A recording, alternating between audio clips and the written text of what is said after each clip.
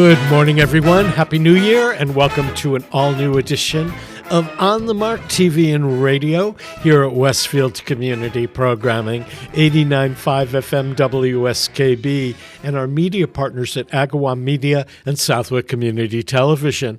With me in the studio is Guy McLain from the Westfield Athenaeum. Happy New Year. Happy New Year to you. And do you have any resolutions for 2025 that you haven't told other people? That I haven't told other people. That's interesting. I guess my New Year's resolution is to spend more time, kind of getting some exercise and everything. I find that the work schedule. I guess I have a little bit of a lazy streak.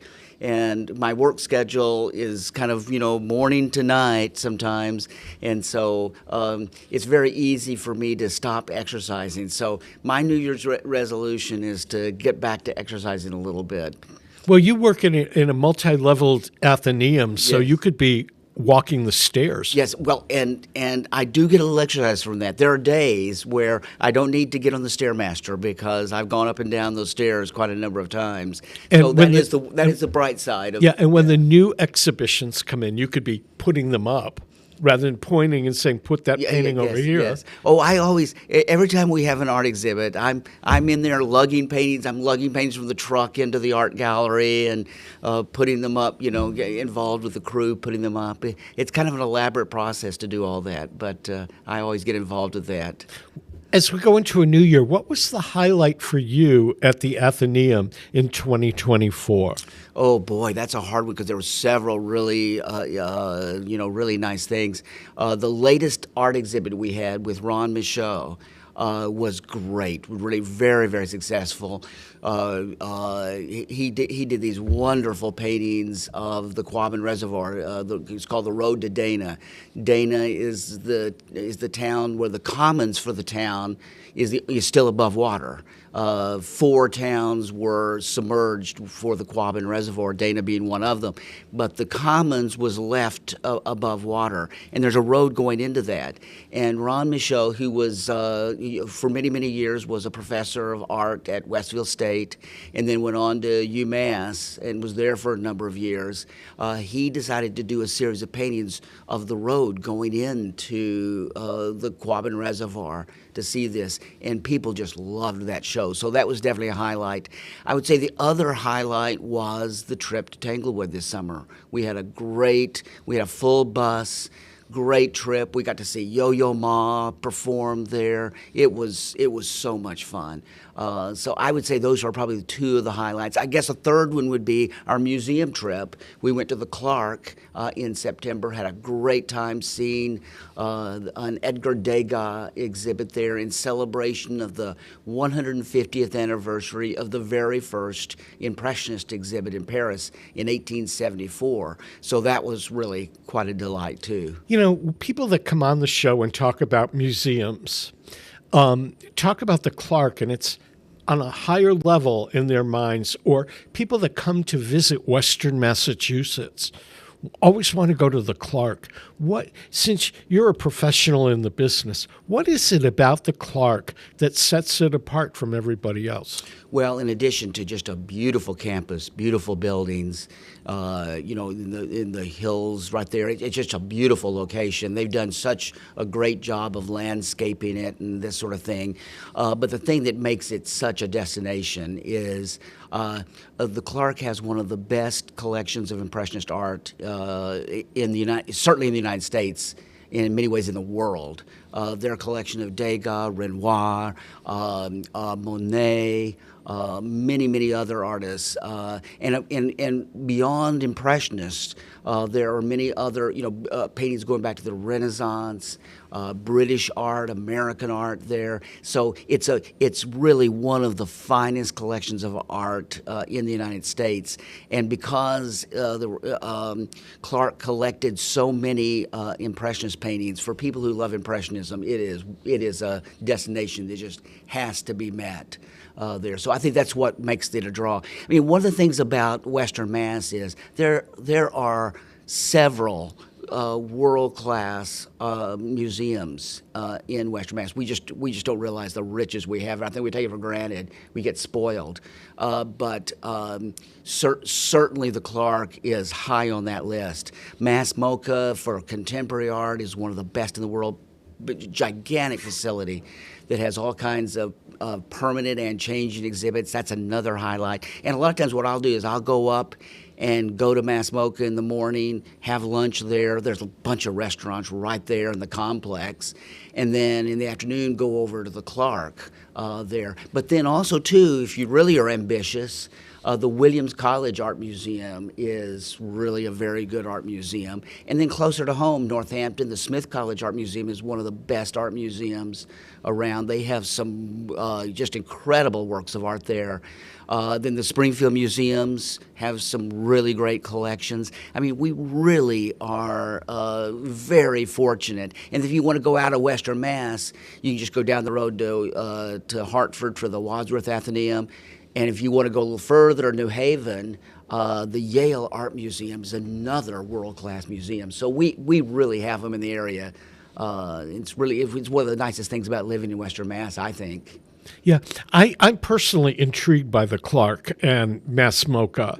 And the great thing is they're open all year round. Yes. So it's not just a summer thing. And I feel it's the best time to go for people local. The best time to go is like in the fall or the winter because it isn't so crowded. It's not crowded, and believe it or not, in the wintertime, if the roads are clear, and you go the back way to North Adams, as opposed to driving out to Lee, yes, and going up Route 7 through Pittsfield, right, and all of that, you can get there in a couple of hours. And I am intrigued by the restaurants in North Adams and Williamstown that you can stop at, or some of the ones in Pittsfield or Lee or Stockbridge. Right. And it's a great Saturday day trip. Oh my gosh, it's so much fun, and there's like I said, there's great restaurants right outside the complex of Mass MoCA, and Mass MoCA is such a big complex. There's just so many things to do and see right there, and then you got great restaurants there, and then it's just a short drive over to the Clark. Well, I mean, they're going to be people who are not as ambitious as you and I said, let's go to Williamstown for the day. But going to downtown Westfield to the Athenaeum might be more their speed. Yes. What's coming to the Athenaeum this winter? Well, January and February, we have a great exhibit of art by Sean Farley, who's a sculptor. It's our first sculpture show in quite a while, so we're really excited about this. She does these whimsical pieces. She uses molds from factories as kind of the structure for her sculptures.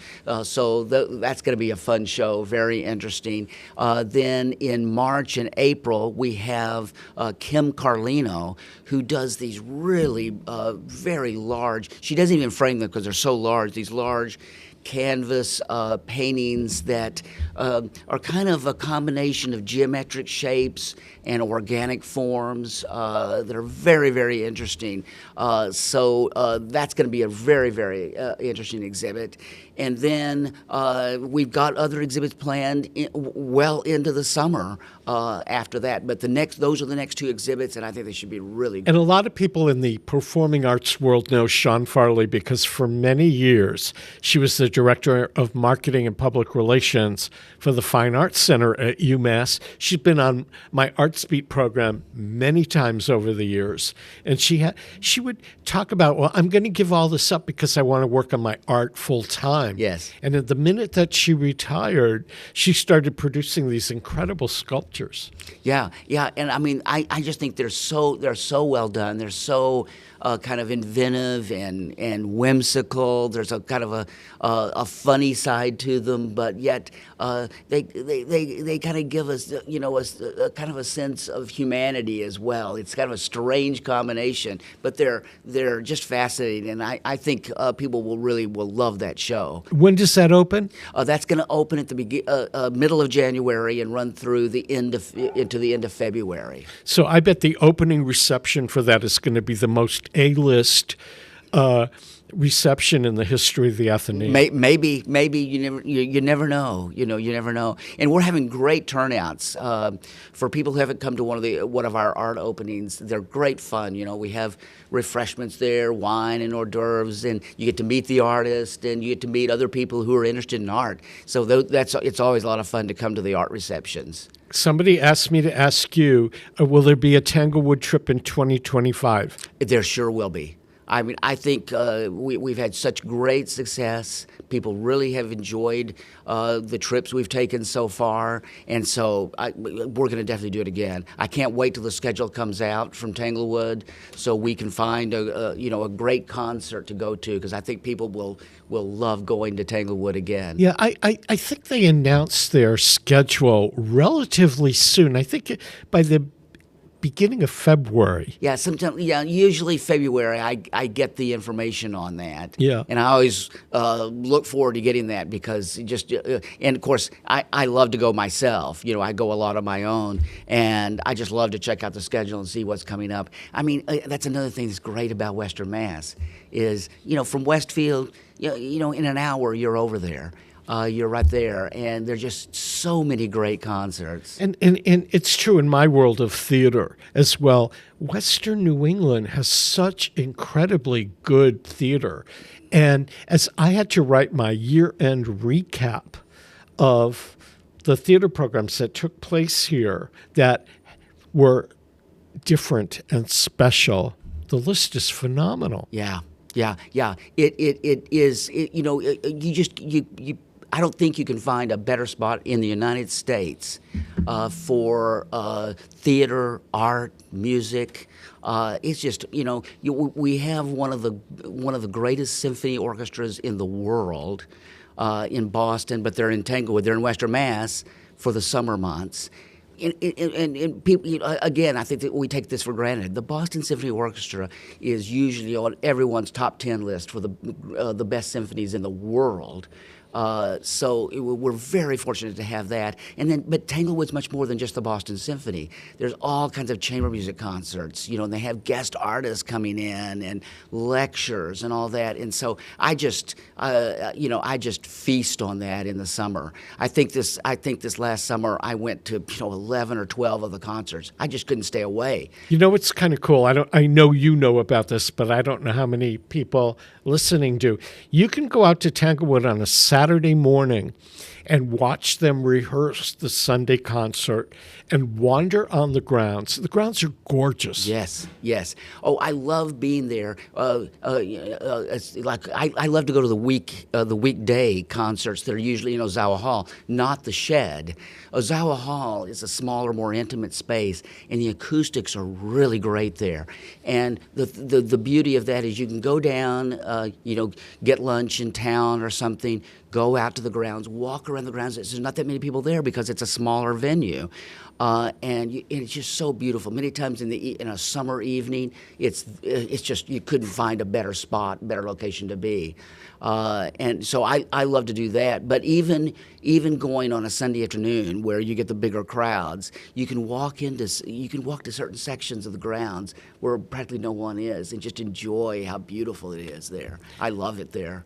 Did you know, you grew up in Texas. Did you have any idea growing up that New England was as great as it is? Absolutely not. No, I mean, I think most of the rest of the country does not realize what New England is all about, the rich culture that exists in New England. Like I said, I think it's probably the best spot to be. I'm sure New Yorkers would say, being right in Manhattan or something is better for the culture. But I think what's nice about New England is you don't have to live in a big city. And you could live in Western Mass, where it's relatively less crowded, and still access to concerts, museums, theater is so easy. You and I both lived up here a long time now, and for me, I discover new things every year. Cultural events, concerts, programs, locations and I grew up here, and I don't know them. Yeah. So for you, coming in as a a transplant, Right. the things you must learn Right. astound you. Well, the reason I live in Western Mass right now is because back many, many years ago, I was living in Germany. I was in the military, and I was planning on returning to the United States, and I wanted to finish my college education. And I looked at places all over the country because the military said, "We'll move you anywhere. You just tell us where you want us to drop your things. We'll move you there," right? So I could go anywhere. And I chose Western Mass because it was such a great place culturally. And it was, access to Boston was easy, access to New York City was easy. And then, if you don't, even if you don't want to go to New York City, there's so many things around this area that are available that I just couldn't imagine. I looked at so many different locations, and I thought Western Mass trumped them all. We're going to talk about a little bit more about some of the things going on at the Athenaeum, but we want to acknowledge our underwriters that make ArtsBeat, On the Mark, and Survivor Stories part of the programming here at Westfield Community Programming, 89.5 FM WSKB, Agawam Media, and Southwick Community Television. Peter Coles is our chief engineer. I'm Mark Auerbach. Don't go away. Support for community radio on WSKB is provided by Betts Plumbing and Heating Supply Company, an independent, family-owned wholesaler serving Westfield for over 50 years, specializing in plumbing, heating, and industrial piping supplies. On the web at bettsplumbing.com or at 14 Coleman Avenue in Westfield. Underwriting support for the community programming of WSKB is provided by the Greater Westfield Chamber of Commerce, the voice of business for the Greater Westfield communities. Informing, educating, advocating, the Chamber provides opportunities for members to make meaningful connections on local, regional, and state levels. For more information on the Chamber's many events, workshops, and programs, as well as the benefits of membership, visit westfieldbiz.org. The Chamber focuses on the most important economy, yours. Join me, Tina Gorman, each week from 6 to 8 a.m. for Wake Up Wednesday, when my guests and I discuss health, wellness, and lifestyle reimagined. Community Radio. 89.5 WSKB. Live from Studio 120 at Westfield Technical Academy, this is WCPC Channel 15 and 89.5 FM WSKB Westfield. Welcome back to On the Mark, everyone. I'm Mark Auerbach. Peter Coles is our chief engineer, and my often frequent guest, Guy McLain from the Westfield Athenaeum, is here. One of the things that Guy and I have collaborated on for, I think this is the fourth year consecutive, is bringing the musicians of the Springfield Symphony Orchestra, or they're often known as MOSO, or the Springfield Chamber Players, to do a concert series in Westfield, and it kicks off next month. 3 concerts. The first one is with our clarinet quintet. They opened our 52 Sumner season in Springfield, and they had been on a previous program in Long Meadow, but they've changed some of the programming that they're doing for Westfield. And one of the pieces is a string quartet by Alexander Borodin, who's a famous Russian composer. But any of you that know Broadway musicals of the 1950s knows the musical Kismet. And his music was adapted for Kismet. Yeah. And the string quartet has 2 of the pieces of music that became Broadway standard songs. One was Stranger in Paradise, and the other, This Is My Beloved. And they're performing that on a program with Bernard Herrmann, who's the Oscar winner for writing a lot of film scores for Alfred Hitchcock. He wrote a clarinet quintet. Yeah, and very interesting composer. A lot of people don't know him because it just, they know the movies that he wrote the music for, but they don't know him. He's not as famous, for instance, as John Williams, but I think he wrote some of the most original movie film music that's ever been written. One of them, the one that I knew, which wasn't a Hitchcock, was Fahrenheit 451. Yes, I was about to mention that. I think that's one of his best musical scores for film. That's great. That's a great one. And one of the ballet companies in London took his catalog of music and created a ballet version of The Red Shoes, which is the Hans Christian Andersen fairy tale Yes. about the dancer who can't stop dancing. Right. And set it in 1950s in Covent Garden and the Opera House in Garnier in Paris and the other famous ballet and concert halls in the world, and used all of Bernard Herrmann's music. And there is a beach sequence in it that could have been out of a silent movie, the Max Sennett movies, with the cops and the Beach Beauties. Yes. And set it to Bernard Herrmann's music. And some of that music comes from this clarinet quintet. It's absolutely gorgeous film music played by one clarinet and a string quartet. Right. I think it's very interesting that people don't realize how much these early film composers, most of them were educated in Europe. Like Erich von Korngold is probably the most famous, and he's the one that the Hollywood sound that we identify with 1930s, 1940s music, that's the Korngold sound, basically. And what people don't realize is he was educated in Vienna, a cultural center for classical music, and he actually wrote a lot of classical music and a very well-known opera at that time that was performed before he came to the United States to write film music. But that classical music sound that he got from growing up and getting his education in Vienna became the sound of Hollywood movies in the 1930s and the 1940s. And Bernard Herrmann had a successful European career. Right. And he went to Hollywood to write movie scores, and he got an Oscar. Yes. And he did it for the money. And then when he wasn't composing a film score, he was doing his classical work. But the classical work can't really be separated from the film music because it's all, when I've heard the clarinet quintet now probably 5 or 6 times when the quintet performs, and I sit there and I close my eyes and I imagine Hollywood. Yeah. That's the thing about it is they didn't Korngold and Herrmann and several other composers that were active at that time that came from Europe. Hollywood did a very smart thing. Is a lot of composers were leaving Europe, especially Germany, because of the rise of the Nazis in the 1930s. And Hollywood said, "Wow, let's grab these guys and use them for film composers." But they didn't really change their style. If you listen to Korngold's classical music pieces or Herrmann's or any of those, you really can't. The style that you hear in the film is very similar in their pieces. Yeah. The second group that's coming is Quartetto Mosso, which is our showcase string quartet. Yes. They performed all over the area, and their first program was what they called the American program, and it included 2 works by African-American composers, one by George Gershwin, a piece by Henry Mancini, who's a film composer, and another one by Dvorak. And they're mixing it up this year. They're adding new pieces of music, some of which will be showcased in Westfield.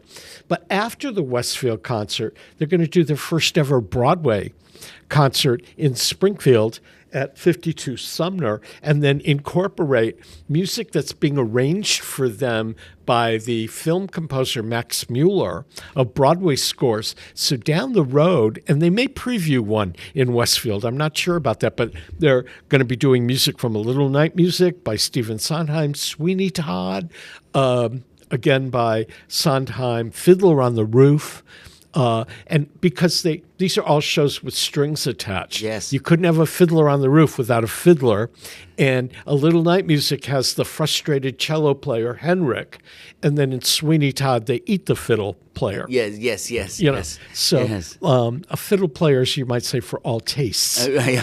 There's some other music that they discovered. One was Richard Rodgers, after Oscar Hammerstein died, decided to write a Broadway musical on his own, the music and the lyrics.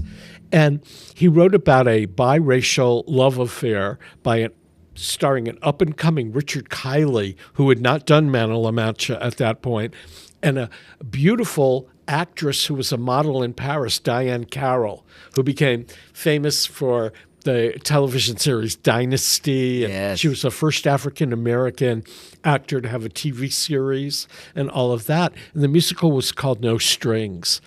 And it was composed for no strings in the orchestra. So we're saying to Richard Rodgers, okay, we're going to do a medley from that all by strings to get even. But their program for Westfield will be a new program. And they're calling it Music of the Americas. They're going to do some music by South American composers, Astor Piazzolla, who made the tango famous. And then the third group that's coming out, there's a brand new quartet, and they feature English horn and oboe. And I can't remember their program off the top of my hat, but they'll be making their premiere under the Springfield Chamber Players roster at the Athenaeum. Yeah, we're really excited. I mean, I think these 3 concerts are going to be a delight for the audience, and what a variety. What if both from the groups, the different ensembles, different combinations of instruments, but also the variety of music. And I'm so excited about the fact that we're going to hear a lot of American composers. One of my pet peeves with symphony orchestras is they don't perform enough American music. They do Beethoven and Mozart all the time, which is great, but it's nice to have some of these American composers. So this is going to be an opportunity to hear some really wonderful pieces by American composers. Tickets are on sale for that January 6th at the Athenaeum. Yes. Westath.org. Yes, and I just suggest to everyone check our website every week, because we have a lot of programs going on. We have at least one program almost every day we're open. So you've got to check the website real often. Another great option for people is to sign up for our weekly email newsletter called Wowbrary, W-O-W, Brary, like a library. Wowbrary, it's a great source because you get book recommendations, new books coming out, you get little write-ups about the new books coming out, but we also list a lot of the upcoming programs. So people can sign up for that, and then you don't have to worry about it. That's going to come in weekly, and you can check out what's going on in the Athenaeum, because we definitely have a lot of stuff going on. I know that the movies that you screen are some of the best movies around that you'll never see at Showcase 1 through Infinity on Riverdale Road. Yes, that's right. We try to do, the classics or movies that are really popular and this kind of thing, and it's great to go down and be with a group of people to watch a film in our auditorium. We have a great place to watch the film. So, yeah, that's another great treat. How many years have you been at the Athenaeum? Now 4 years. 4 years, and it's been a lot of fun. It's amazing how much we've expanded our programming, expanded our history museum activities. We're doing a lot more with the art gallery now. So it's been a lot of fun. How do you get on the A-list to get invited to the Sean Farley art opening? All you have to do is simply show up. It's very just when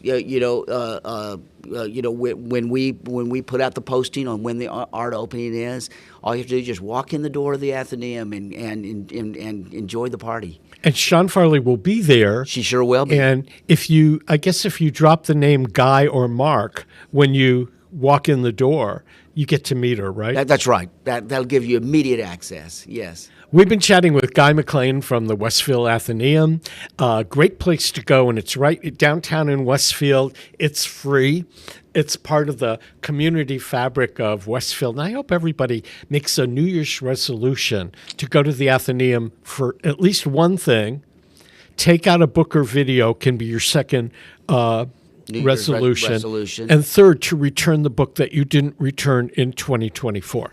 There we go. Yes, that's a great New Year's resolution. I'm glad you brought that up. I think that's a great New Year's resolution for everyone. Okay, Guy, I hope during the course of the year you'll be here more often. Okay, I'll have to just do that. Okay, we're going to take a break to acknowledge our underwriters. We'll be back with more on The Mark. Peter Coles is our chief engineer. I'm Mark Auerbach. Don't go away. Underwriting support for the community programming of WSKB is provided by the Greater Westfield Chamber of Commerce, the voice of business for the Greater Westfield communities. Informing, educating, advocating, the Chamber provides opportunities for members to make meaningful connections on local, regional, and state levels. For more information on the Chamber's many events, workshops, and programs, as well as the benefits of membership, visit westfieldbiz.org. The Chamber focuses on the most important economy, yours. Support for the community programming of WSKB is provided by the Dunkin' Donut Shops of Westfield and the Sardinia family. It's nice to know that even as the world changes, Dunkin' Coffee remains the same at 7 convenient locations throughout Westfield. Hi, this is Harry Rock, host of Rock on Westfield every fourth Wednesday at 8 a.m. Tune in for my view of this place I call home. Community Radio 89.5 WSKB. Live from Studio 120 at Westfield Technical Academy, this is WCPC Channel 15 at 89.5 FM, WSKB Westfield. Welcome back to On the Mark, everyone. I'm your host, Mark Auerbach. Peter Coles is our chief engineer today. If you've missed a part of today's program, or you want to watch it again or share it with friends, it's archived on YouTube under WSKB Community Radio. And one of the reasons you're going to want to share this with friends, my next guest is my friend Michelle Joyner, who is an actor, director, dramaturg, and all kinds of things in stage and screen. And she's a Westfield native, grew up right here in Westfield and got her start here in Westfield. This last year has been a very busy year for her. A play that she directed at its beginning at the Great Barrington Public Theater is the story of Katharine Graham, the publisher of the Washington Post, and in the new year is going on to other theaters. And she recently directed the world premiere of True Art, a play by Jessica Provence from Barrington Stage, which had its world premiere starring Jane Atkinson at the Dorset Theater Festival in Vermont.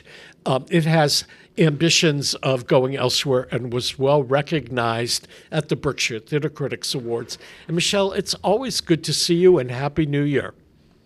Mark, it's nice to see you too. I have to say, one of the highlights of my year this year, besides all the work and how busy and crazy it was getting to know you. I really have enjoyed that and enjoy your show. And thanks for having me on again. Yeah, we knew each other professionally before this year, but this was the first year that we actually got to meet.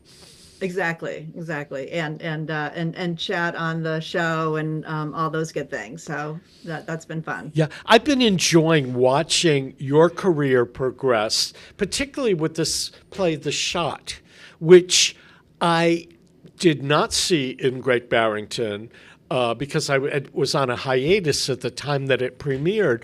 But people said that one of the reasons it was really a powerhouse was the way you took the story and this play and kind of catapulted it into something, as they say, with legs. And now other theaters across the country are jumping on it. So where does The Shot go in 2025?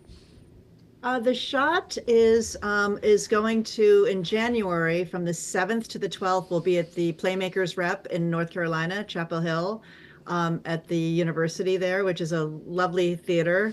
And we're very happy to be there. And it's also our star, Sharon Lawrence's alma mater. So she's super excited to be doing a show back at her home university theater, and her family is still in the area. She grew up down there. So we're super excited about this one for a lot of those reasons. And then after that, it's going to, when I don't have dates yet, but because we had to reschedule, but it's going to be at 10 Chimneys, which is out in Wisconsin, which was the summer home of the Lunt Fontaine acting couple, acting dynasty. It was their summer home, which became a museum, and then they've opened a theater there, and apparently it's a lovely place, which I'm really excited to see. I haven't been there yet. So we have those two shows lined up, and prior, we as you mentioned, we started in Great Barrington, did a short run here, took it to the United Solo Festival in New York, and won all the top prizes there, which was very gratifying. Did a run at New Jersey Rep, out in Seattle, So yes, has been around the country at this point.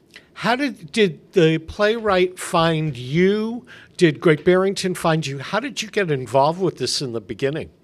Well, Robin Gerber is the playwright, and my husband, Robert Egan, ran an organization for many years called the Ojai Playwrights Conference out in California, which is a new play development organization, one of the best in the country.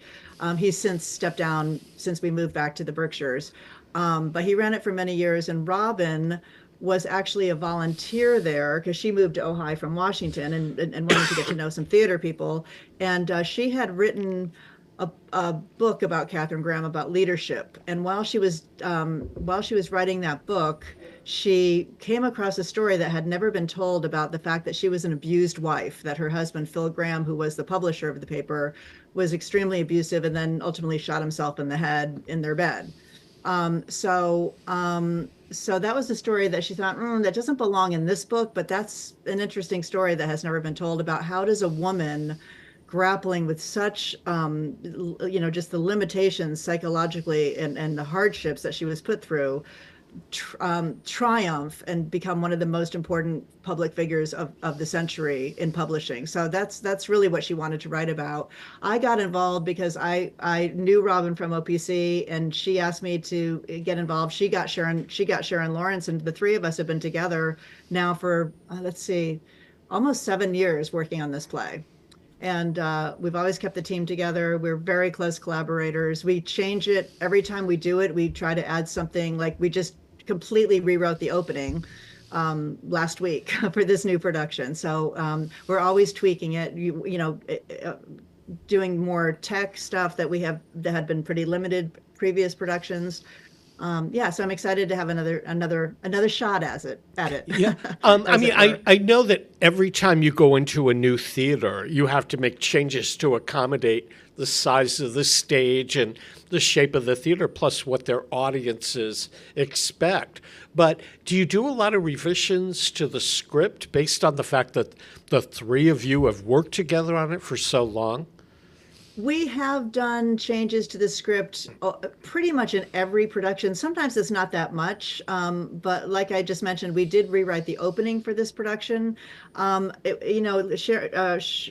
was feeling very strongly that especially I think it was yesterday, the House and Senate just shot down this bill that would protect journalists from a persecution by the government, which is a real, slippery slope that we're all very concerned about, and something that, Katharine Graham would be rolling over in her grave. So she rewrote the opening to try to lean into that subject a little bit. And so as things progress because history repeats itself, as we know, and as we grapple with our reality here in America, we try to reflect that in the play as it moves forward.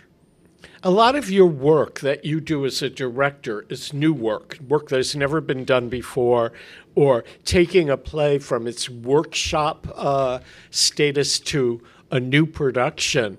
What intrigues you to do that as opposed to going in, let's say, and directing an Arthur Miller or an Edward Albee or Shakespeare? Good question. I haven't really ever done any directing of classic plays. I've acted in them.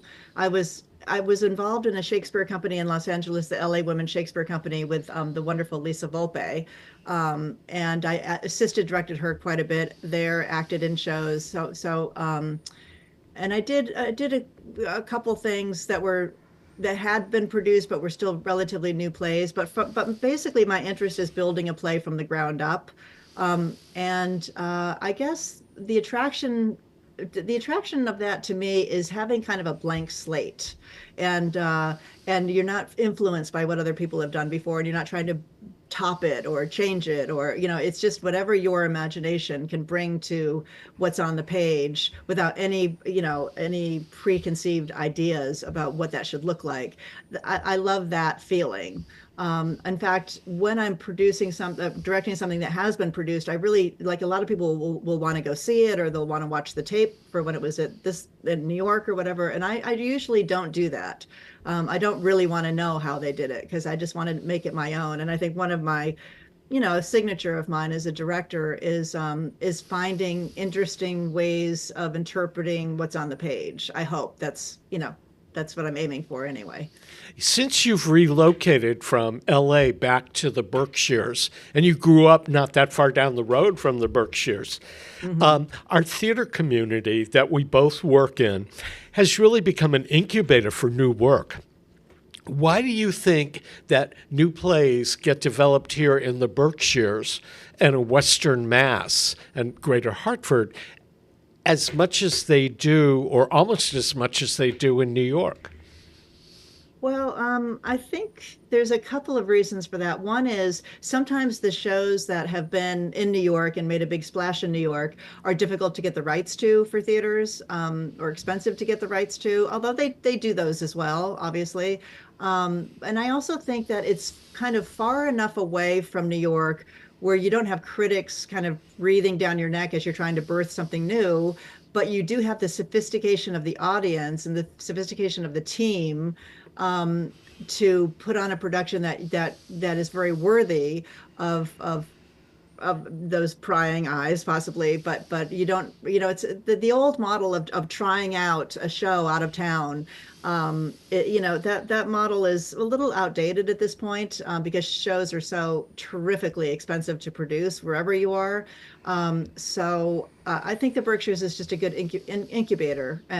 There's a lot of talent here. You don't necessarily have to have New York stars, for example, to put on a great show and have people come. There's a lot of local talent that have a following, and so I think that's one of the reasons. And people go to the theater here, and there's 5 equity theaters in the county, so it's a pretty ripe for place to work and to develop work. What made you come back to the Berkshires from California? Our youngest kids went to college, and we always were kind of obviously you anticipate that as they get closer to that milestone. And we said at that point that when we have an empty nest, as it were, we don't really want to stay in LA for various reasons. LA was very good to both of us. We worked there, we raised our kids there, had great careers, but it's not a place that you necessarily want to grow old. I mean, it's a very youth-oriented culture. And we always felt like the Berkshires were people that have that a combination, but a lot of people here that had gone off and done some really interesting things and then came back here or just came here. So we always felt that we would have a community here based on our history in the theater. And it's true that when when we were just looking to move and we were considering the Berkshires, every time we were here, we had a friend, oh, I'm designing a show at Barrington. Oh, I'm acting up at Williamstown. Oh, I wrote a play that's going to be at Berkshire Theater Group. We always had people coming in and out of town. And we did consider moving other places around the country that we visited, but we thought, that's never going to be the case. Like Asheville, North Carolina is a lovely place to live, I'm sure, but will we really have friends coming through? And not in the same way that it happens here. So we just felt like we'd have kind of a built-in community. And I think when you move somewhere, after you've raised your kids and you're older, that's not necessarily that easy to find. I hear that complaint a lot from people who are trying to, reimagine their lives for their third act. And it's not always so easy to find that community. And that's really the main reason. And of course, I'm from here. My parents were still in Westfield. My mom has since passed away. And my dad is still at 94 almost next week. Happy birthday, Dad. He's still here. And I wanted to be close to my parents as they were getting older. And we couldn't be happier. Absolutely thrilled to be here. And I love my life here. I love the opportunities that I've had as an artist. And just the beauty of it and the people, we're very happy with the decision. Yeah, I grew up in Springfield and went away and did my time in New York and Washington and Houston and came back. And there's something about the artistic community here in Western Massachusetts, the people I've met in the last 20 years that have become important parts of my creative and my professional life as well as my personal life. I can't imagine wanting to live anywhere else. Yeah, I feel the same way. In fact, when I travel now, whether it's on vacation or working out of town, which I do a fair amount of traveling, I always miss home. I'm very always homesick, and that's not a sensation that I really was familiar with. I was always, when I lived in LA, like I said, LA, I loved LA for the time that I was there. When I was over it, I was over it. I don't have that much of a desire to go back now, although our kids live there, so we do go back and obviously and visit. But I'd never felt the same homesickness that I feel for here when I'm not here. There's really no place I'd rather be, and that's a wonderful feeling. And in the years that you've returned and been here, you've been able to collaborate with a lot of other people that are Berkshire's based. Definitely, yes. Well, I had a history with Shakespeare and Company going back to my teenage years when I lived here as a kid, because I grew up in Pittsfield and then moved to Westfield after the GE plant closed. My dad lost his job, and so we moved to Westfield when I was in fifth grade, I guess it was. And so I didn't really have a lot of childhood friends from my time here when I lived here as a kid. In this area in the Berkshires. But when I got interested in acting, I did the Shakespeare and Company and Winter Intensive Workshop with Tina Packer and Kristen Linkletter, and I started working with that company and training with that company. So I had a history there. So Tina Packer was the first person I called when I came back, and I said, because we had stayed in touch. She had worked.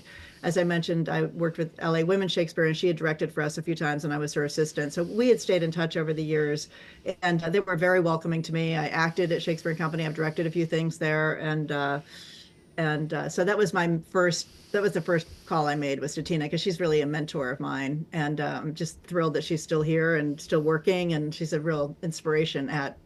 I don't want to say the number, but she's been doing it a long time. Yeah, she's a veteran, we could say, of Shakespeare and the theater all over the world, and she chose to create Shakespeare and Company here. Yeah, and I think there's a reason for that. Of course, when she did that 40 plus years ago, it wasn't quite the same landscape as it is now. But there was, a lot of things were happening already in those days that was part of but she was definitely, I think, one of the main reasons that this became such a fervent theater community. And the community changes. When I was looking back, I was researching a show that I had reviewed maybe 20 years ago, and pulling up my files of what I had seen 20 years ago. That's before Wham Theater became something big, and Chester Theater had gotten as big as it is, and Theater Works in Hartford had emerged as a major theater company. Boy, the landscape has changed here so much, and with the arrival of the Great Barrington Public Theater, which is probably the most exciting theater to emerge in our area. We used to be just kind of like a summer theater area, and now we're year-round. Yes, yeah, and people are always interested in finding things to do. They don't do a full, at least most of the theaters around here don't do a full year-round season like they do at, say, the Majestic or other places. But they do have programming now through the winter, which they used to just, put a closed sign up and dust it off in the spring, and that's not really the case anymore. I was just at a reading last night at Great Barrington Public Theater. And they're doing talkbacks and interviews and readings and things over the winter, and as are other theaters. So they're definitely catering to more year-round people, I think, now than they used to. And January is a slight month in terms of new productions compared to the rest of the year, which is great for us theater reporters because we get a chance to sit back and breathe a little bit. But there is plenty opening. And the summertime may bring its light comedies and musicals to the area, but there's some real serious theater on the boards in the area theaters, plus the 10 by 10 New Playwrights Festival at Barrington Stage later in the winter, and Goodspeed Musicals Festival of New Musicals. So a lot of emerging theater is happening here during January and February. Yes, and I do think that just getting back to what you brought up earlier about all the new work that's done here, I do think that really helps the content and the programming to rise above just kind of populist boulevard comedies that you might see at summer stock that were traditionally the purview of summer stock. You're right, they do challenging work, they do interesting, sometimes dark work. It's not just about crowd pleasing. And I, as a theater goer, because I'm not only a theater maker, I'm a avid theater goer, and I try to see as much as I can. I appreciate that diversity as well in the programming. I do too. I mean, I love the light boulevard comedies. I love the musicals, from a personal perspective. But I like to see challenging theater work, and we get it. Yes, I agree, and I'm particularly drawn toward pieces like that. Things that are not necessarily wrapped up with a silver bow at the end. These things that really make you think about what you just saw and what did it mean. And to me, that's very interesting. As I said, as both a theater goer and as a theater maker. The last time we got to hang out was with the Berkshire Theater Critics Awards, when we were live streaming it and doing a pre-show, and you were one of the shows you were involved with was a nominee for a couple of awards, and you said that your schedule was packed with the shot and some of the other things you're working on. How long in advance are you connected with projects that are going to happen in 2025? It depends on the project. Like the Playmakers Rep show that's coming up next month has been on the books for a year.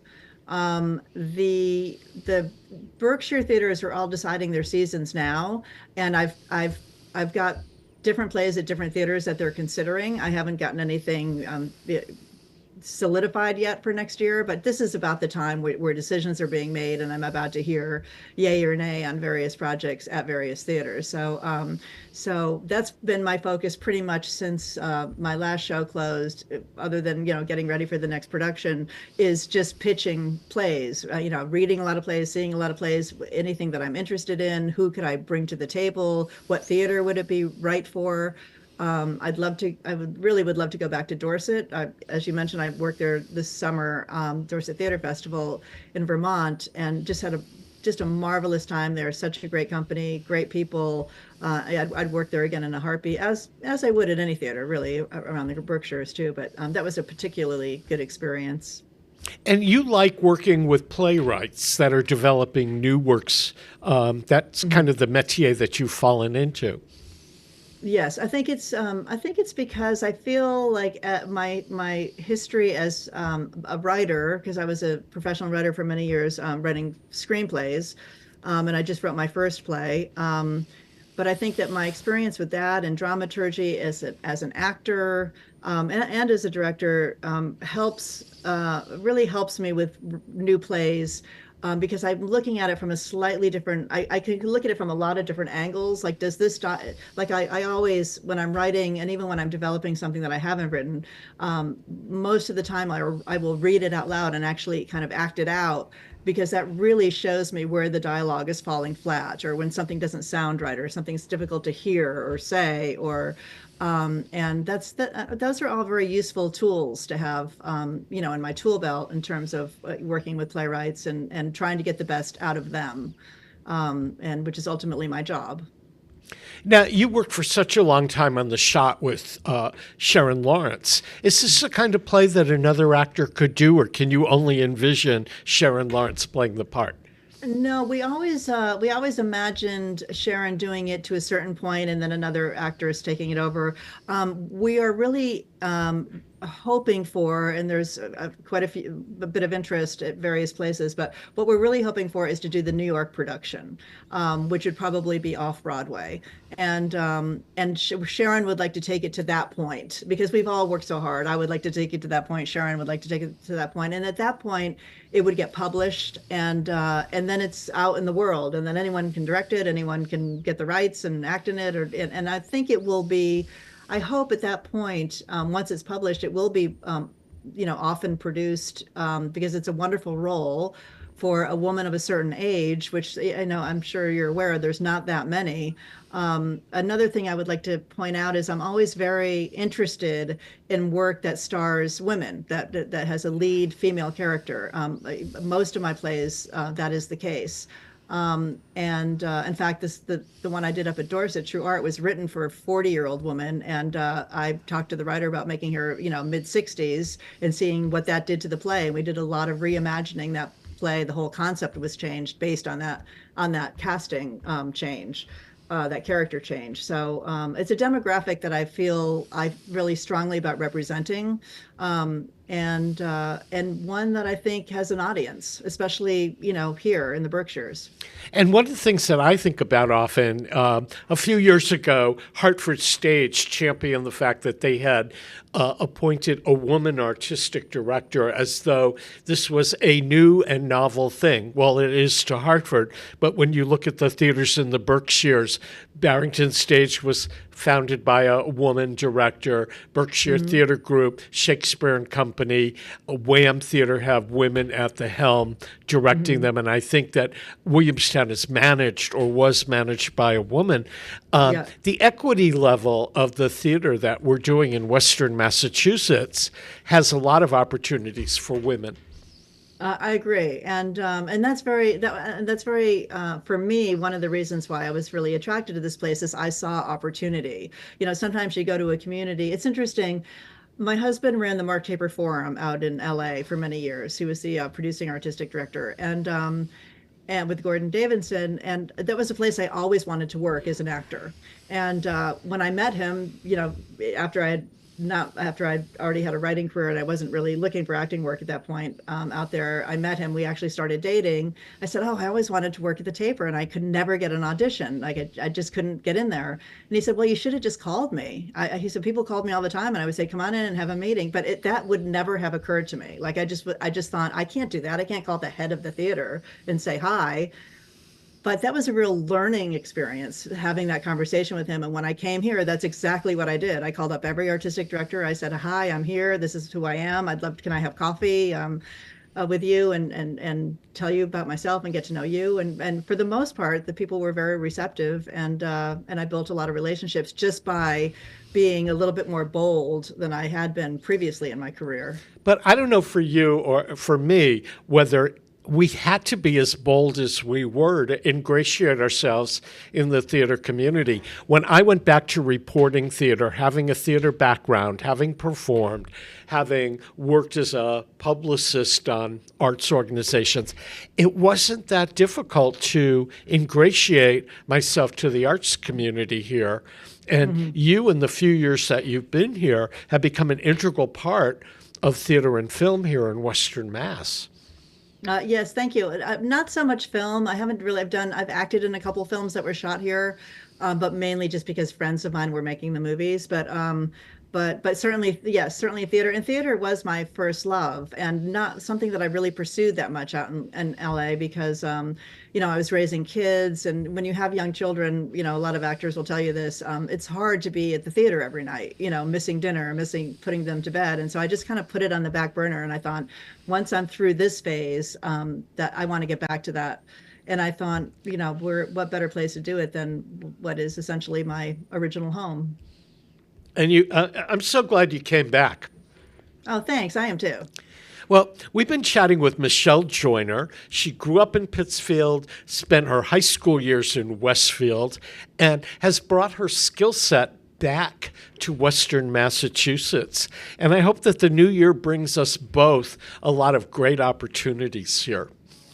Oh, thank you. I hope so too. I hope we'll be seeing you on the boards, as they say. Yeah, exactly. And I was saying earlier that if none of my plays to direct work out for this season for next year, because they don't always. There's a lot of things that are constantly in flux and what theaters need and how much they can spend, and there's a lot of decisions that go into a season.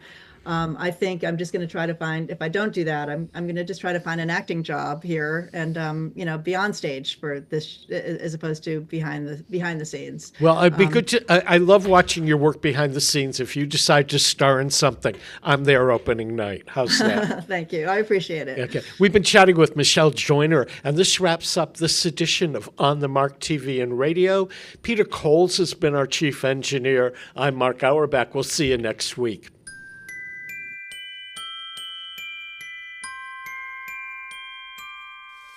I don't want a lot for Christmas. There is just one thing I need. I don't care about the presents underneath the Christmas tree. I just want you for my own.